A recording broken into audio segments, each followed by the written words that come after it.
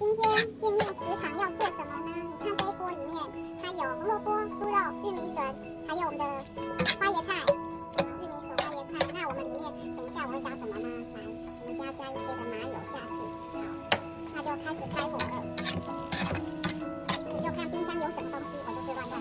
所以这些刚刚煸炒过了，我的麻油下去，我又淋上一些米酒，再来加1汤匙粉，1汤匙半的糖，再来酱油膏。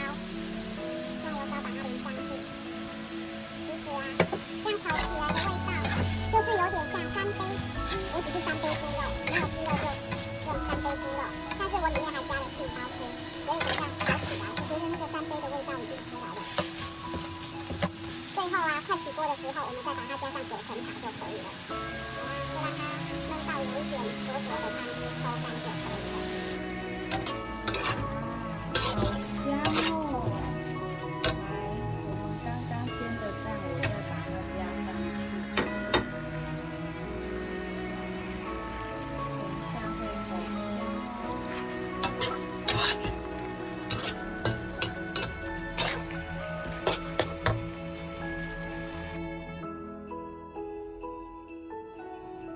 哇，完成了，香喷喷，还是冒着烟。